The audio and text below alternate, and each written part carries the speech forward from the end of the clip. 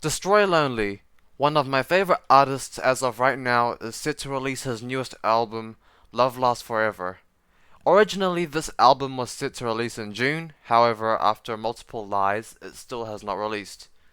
I would like to discuss about how the rollout for this album has been terrible, and also many implications that have arisen during this period. Love Lasts Forever follows his previous two projects, If Looks Could Kill and its deluxe, as well as No Stylist and its deluxe.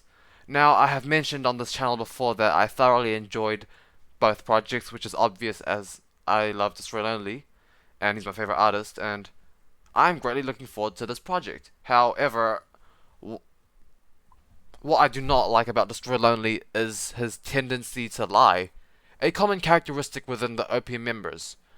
So far, only one single has dropped, Love for Ya, and in my opinion, it was a great song. I know many people have hated on it because, well, frankly, some people will say it's boring. I don't really see that.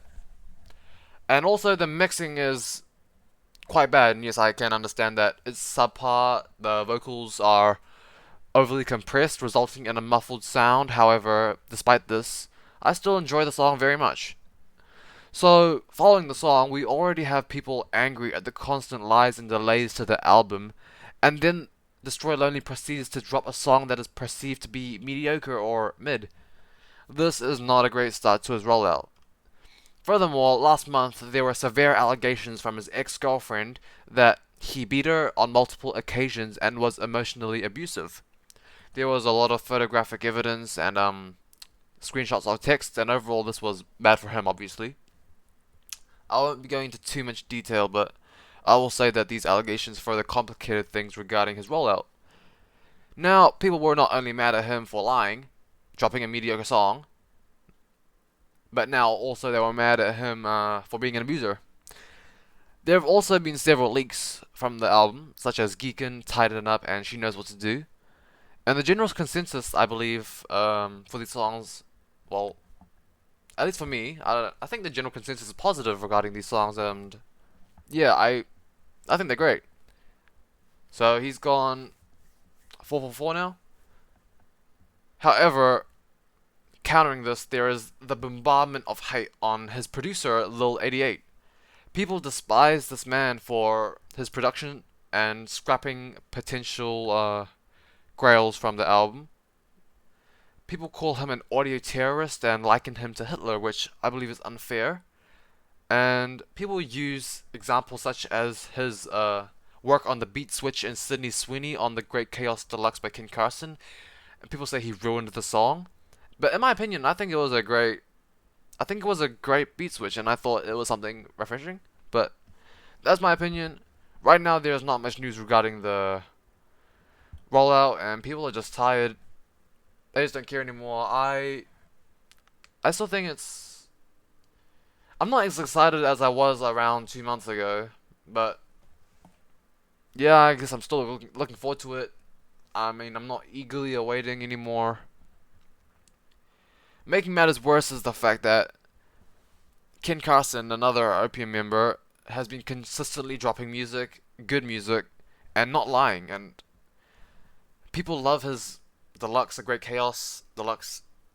He's dropping another project in October, Halloween, and last year he dropped a great album, A Great Chaos, and people just really hyping him up. They're making comparisons, saying Ken Carson's better than Destroy Lonely. Destroy Lonely fell off. Ken Carson has 8 million monthly listeners on Spotify. Destroy Lonely only has 4 million. People are making comparisons and taking sides, and oh, Ken Carson's winning. But regardless, I want to discuss something which links more to society, and that's the question of whether art can be separated from the artist. So now we have established that Lone is likely an abuser, and in the year of 2024, there have been multiple people exposed, not even only in the music industry, but in general in the arts. For example, Kanye, well, not really in 2024, more like 2022, but he has been exposed as being anti-Semitic. Travis Scott has allegations of being a pedophile. Zolakami has been exposed as a pedophile. Cody Ko has been exposed as a pedophile. Dr. Disrespect is a pedophile, and this makes me sad, obviously. And but even if we look outside of 2024, we can see Playboy Cardi was exposed as a deadbeat dad, a woman beater. Ken Carson was arrested for allegedly beating his girlfriend. Homicide Bino has allegations of being a pedophile. Lifeless Garments is into age play. Autumn has allegations of him being a pedophile, and the list goes on. Now, when so many of my favorite artists and content creators are exposed, obviously I am disappointed. But I do wonder, is it possible to separate their content from them as people? And in my opinion, I think we can, to a degree. I feel like more so in the music industry, when people like Cody Ko are exposed and their content is them, it's themselves, they are their brand. While in music, it's their music is their output, while they, as a person, is separate. While this is also the case in content creation, I feel like people like Cody Ko, who are social commentators and people like that, they are quite synonymous. While in the music industry, obviously, the rapper is separate from the person. I feel like the rapper is more of a persona, a character, not a character, but the brand. So I feel like, yes, you can, like, I will always like Kanye's music, even if him as a person is someone who I feel needs help, is a bit sick. I wouldn't say he is necessarily a bad person, just someone that needs help and might be going down the wrong path if he does not surround himself with positive people, people that positively influence him, not just yes men. While on the other hand, people like Playboy Cardi, I just don't think is a good person. He's a deadbeat father. He beats women. He is a liar. He is a narcissist, which is also part of his brand. I just think he's not a good person, and yeah, I think you can separate the art from the artist. As if we bring it back to Destroy Lonely, yes, I will always love his music. His music has helped me through